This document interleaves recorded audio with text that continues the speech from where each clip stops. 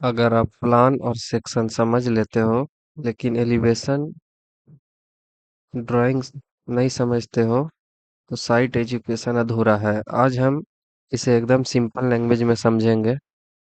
नमस्ते दोस्तों, मैं आपका साथी इंजीनियर।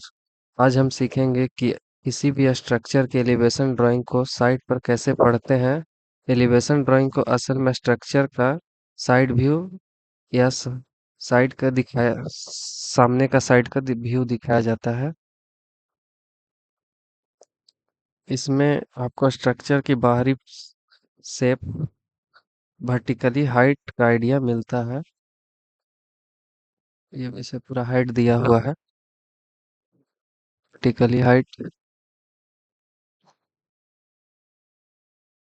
एलिवेशन ड्राइंग साइट पर इम्पोर्टेंट क्यों होता है? एलिवेशन ड्राइंग साइट पर इम्पोर्टेंट होता है क्योंकि यह बताता है कि साइट स्ट्रक्चर ऊपर से नीचे तक कैसा दिखेगा और उसकी फिनिशिंग कैसी होगी।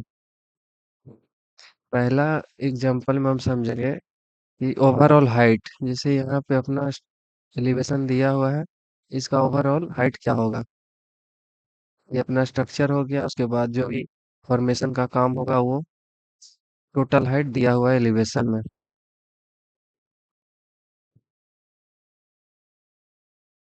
एलिवेशन में ये भी शो करता है कि बॉक्स कन्वर्ट का जो हाइट है वो कितना क्लियर स्पैन रहेगा, कितना बॉटम स्लैब कितना टॉप स्लैब दिखेगा, और यहाँ पे इसमें वॉल कितना है, स्लैब कितना है, बॉटम कितना है, ये भी शो करता है यहाँ पे। इसके बाद bottom slab, side wall, top slab की एग्जैक्ट पोजीशन दिखाता है। यह समझ में आता है कि हर एलिमेंट वर्टिकली कहाँ प्लेस होगा। ग्राउंड लेवल और रोड लेवल में देखेंगे इम्पोर्टेंट कौन सी चीजें होती हैं। तो एलिवेशन में सबसे इम्पोर्टेंट चीज होती है ग्राउंड लेवल या आरएल, बेड लेवल। ये हो गया बेड लेवल। यहाँ पे हो गया रोड लेवल, रेल लेवल। इनसे पता चलता है कि स्ट्रक्चर जमीन के अंदर कितना है और ऊपर कितना रहेगा। स्लोप और एलिमेंट, रेलवे या ड्रेनेज स्ट्रक्चर में स्लोप और अलाइनमेंट एलिवेशन से ही क्लियर होता है। अगर स्लोप गलत हुआ तो पानी फ्लो या लोड फ्लो डिस्टर्ब हो सकता है। इसमें स्लोप दिया हुआ है, इसी स्लोप को मेंटेन करके वर्क होता है। एलि, एलिवेशन ड्राइंग को हमेशा प्लान और सेक्शन के साथ कंबाइंड करके पढ़ना चाहिए।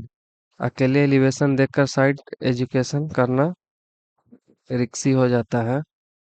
तो दोस्तों, आज हमने सीखा कि एलिवेशन ड्राइंग को सिंपल तरीके से कैसे समझते हैं। अगली वीडियो में हम रेनफोर्समेंट डिटेलिंग, बार बेंडिंग शेड्यूल के बारे में कवर करेंगे।